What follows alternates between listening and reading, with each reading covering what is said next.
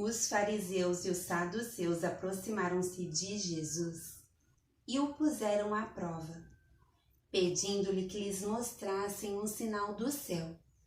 Ele respondeu: quando a tarde vem, vocês dizem, vai fazer bom tempo, porque o céu está vermelho. E de manhã, hoje haverá tempestade, porque o céu está vermelho e nublado. Vocês sabem interpretar o aspecto do céu, mas não sabem interpretar os sinais dos tempos? Uma geração perversa e adúltera pede um sinal milagroso, mas nenhum sinal lhe será dado, a não ser o sinal de Jonas. Então Jesus os deixou e retirou-se, indo os discípulos para o outro lado do mar. Esqueceram-se de levar pão. Disse-lhe Jesus: estejam atentos e tenham cuidado com o fermento dos fariseus e dos saduceus. E eles discutiam entre si, dizendo: é porque não trouxemos pão. Percebendo a discussão, Jesus lhes perguntou: homens de pequena fé, por que vocês estão discutindo entre si sobre não terem pão? Ainda não compreendem? Não se lembram dos 5 pães para os 5.000 e de quantos cestos vocês recolheram? Nem dos 7 pães para os 4.000 e de quantos cestos recolheram? Como é que vocês não entendem que não era de pão que eu estava lhes falando? Tomem cuidado com o fermento dos fariseus e dos saduceus. Então entenderam que não estava lhes dizendo que tomassem cuidado com o fermento de pão, mas com o ensino dos fariseus e dos saduceus. Chegando Jesus à região de Cesareia de Filipe, perguntou aos seus discípulos: quem os outros dizem que o Filho do Homem é? Eles responderam: alguns dizem que é João Batista, outros Elias, e ainda outros Jeremias ou um dos profetas. E vocês? Perguntou ele. Quem vocês dizem que eu sou? Simão Pedro respondeu: tu és o Cristo, o Filho do Deus vivo. Respondeu Jesus: feliz é você, filho de Jonas, porque isto não lhe foi revelado por carne ou sangue, mas por meu Pai que está nos céus. E eu lhe digo que você é Pedro, e sobre esta pedra edificarei a minha igreja, e as portas do Hades não poderão vencê-la. Eu lhe darei as chaves do reino dos céus.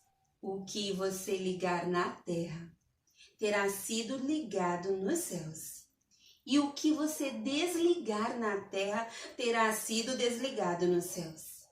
Então advertiu a seus discípulos que não contassem a ninguém que ele era o Cristo. Desde aquele momento, Jesus começou a explicar aos seus discípulos que era necessário que ele fosse para Jerusalém e sofresse muitas coisas nas mãos dos líderes religiosos, dos chefes dos sacerdotes e dos mestres da lei, e fosse morto e ressuscitasse no terceiro dia. Então Pedro, chamando-o à parte, começou a repreendê-lo, dizendo: nunca, Senhor, isso nunca te acontecerá. Jesus virou-se e disse a Pedro: para trás de mim, Satanás. Você é uma pedra de tropeço para mim. E não pensa nas coisas de Deus, mas na dos homens. Então Jesus disse aos seus discípulos: se alguém quiser acompanhar-me, negue-se a si mesmo. Tome a sua cruz e siga-me. Pois quem quiser salvar a sua vida perderá, mas quem perder a sua vida por minha causa a encontrará. Pois que adiantará o homem ganhar o mundo inteiro e perder a sua alma? Ou o que o homem poderá dar em troca da sua alma?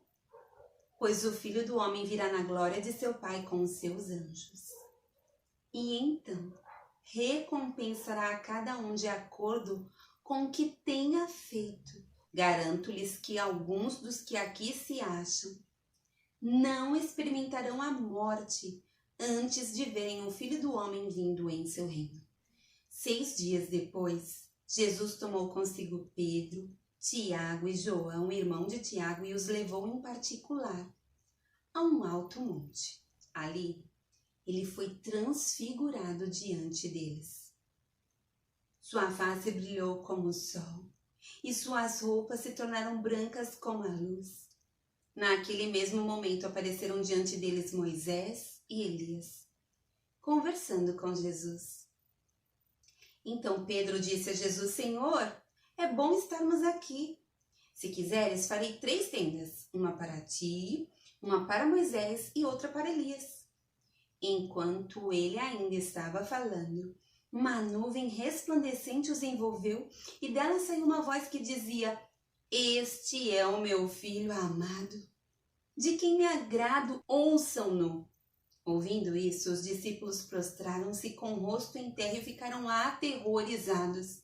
Mas Jesus se aproximou, tocou neles e disse: Levantem-se, não tenham medo. E erguendo eles os olhos, não viram mais ninguém a não ser Jesus. Enquanto desciam do monte, Jesus lhes ordenou: Não contem a ninguém o que vocês viram, até que o Filho do Homem tenha sido ressuscitado dos mortos. Os discípulos lhe perguntaram: Então por que os mestres da lei dizem que é necessário que Elias venha primeiro?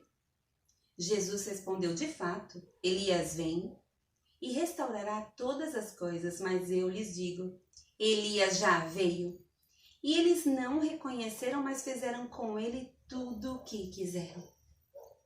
Da mesma forma, o Filho do Homem será maltratado por eles. Então os discípulos entenderam que era de João Batista que ele estava falando.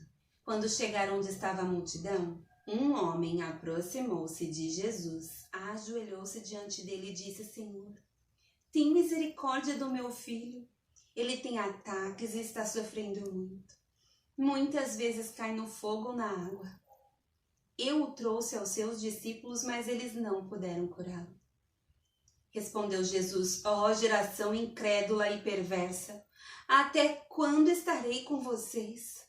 Até quando terei que suportá-los? Tragam meu menino.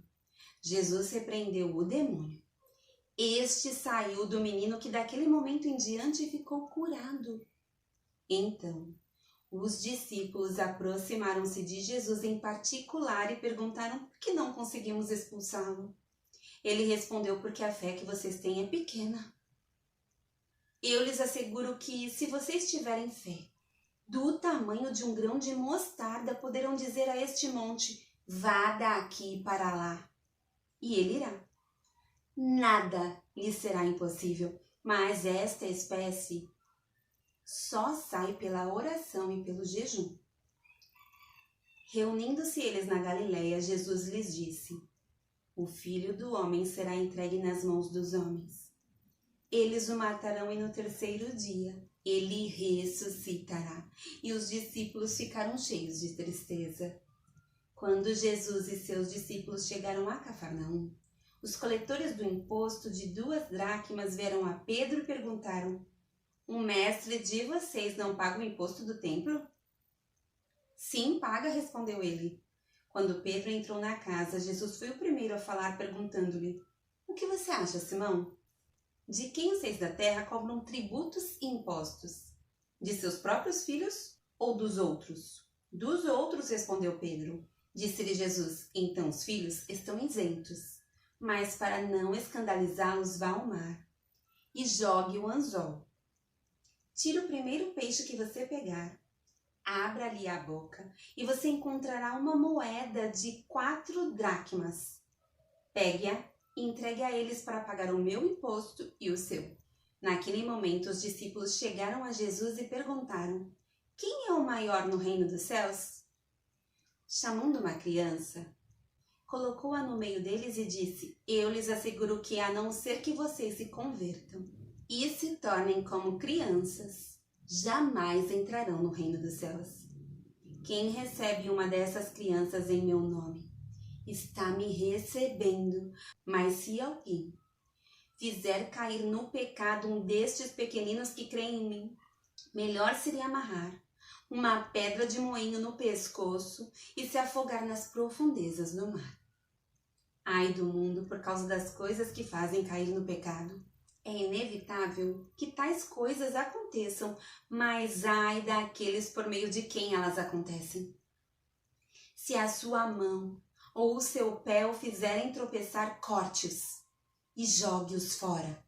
É melhor entrar na vida mutilado ou aleijado do que tendo as 2 mãos ou os 2 pés ser lançado no fogo eterno. E se o seu olho o fizer tropeçar, arranque-o e jogue-o fora. É melhor entrar na vida com um só olho do que tendo os 2 olhos ser lançado no fogo do inferno.